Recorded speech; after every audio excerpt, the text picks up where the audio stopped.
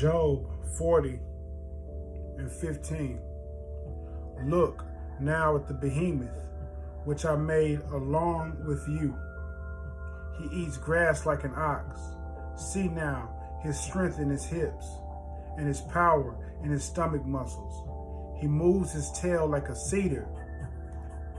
The sinews of his thighs are tightly knit. His bones are like beams of bronze. His ribs are like bars of iron. He is the first of the ways of God. Only he who made him can bring near his sword.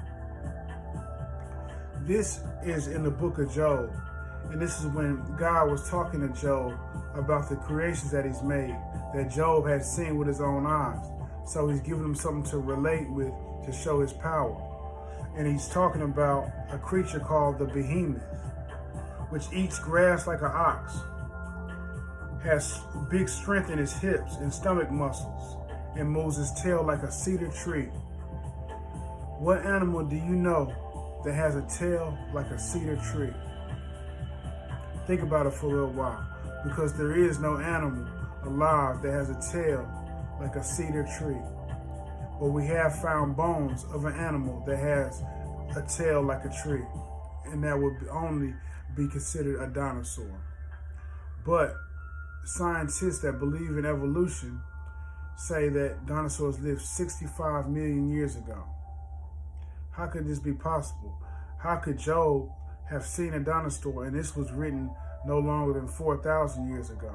How could he have seen dinosaurs? How could he even get this description from God and know what he's talking about? How could the Bible, period, know anything about a dinosaur when the excavations of dinosaur bones hadn't even been going on yet?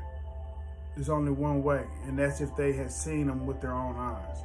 So this shows us that there's problems with the dating that evolutionary scientists use.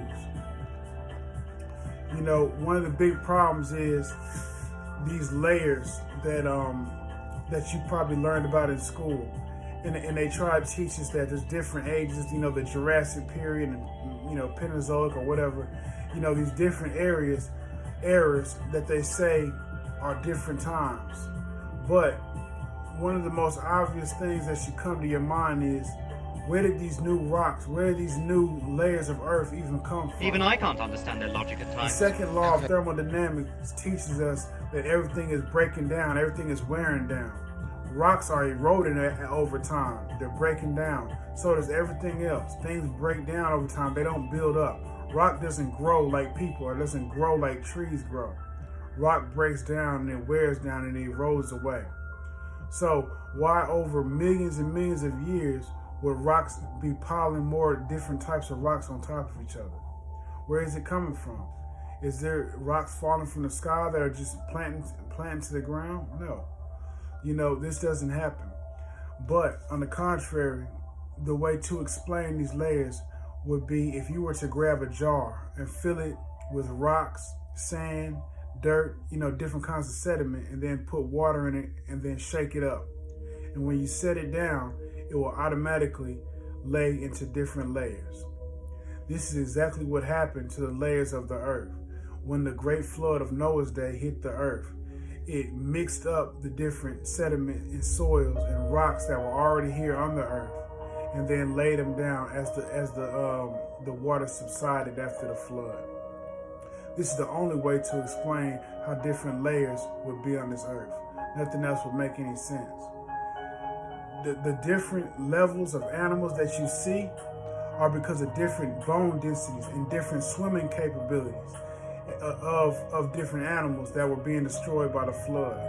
So we have to understand that there's no way that millions of years could pile rocks on top of each other or make different layers. It just couldn't happen. If anything, in millions of years, I'd be surprised if this planet would even survive 1 million years. If in this space where meteors are coming by all the time, like, don't you think this planet would have been destroyed a long time ago? But to say that even billions of years this planet has made it that long, there's a very, very thin chance of that being true. All the evidence shows a young Earth. All the evidence shows that the writers of the Bible had seen dinosaurs, so it couldn't have been 65 million years ago. Indoctrination that's being taught in our schools is all to undermine the Bible, and it kills people's faith in God, and it destroys nations, it destroys countries when people no longer look at human beings as being created in the image of God, but just being just another animal. And it tells people that this freedom that we think that we have is something good, when all it's doing is causing more and more problems. It's causing diseases, it's causing violence, it's causing people to only care for themselves. And we're losing our love for people and the number one commandment, to love God. Without this, our country is falling into its own depravity. It's falling into the hands of our own deprived minds. Something to think about. Do take good care of yourself.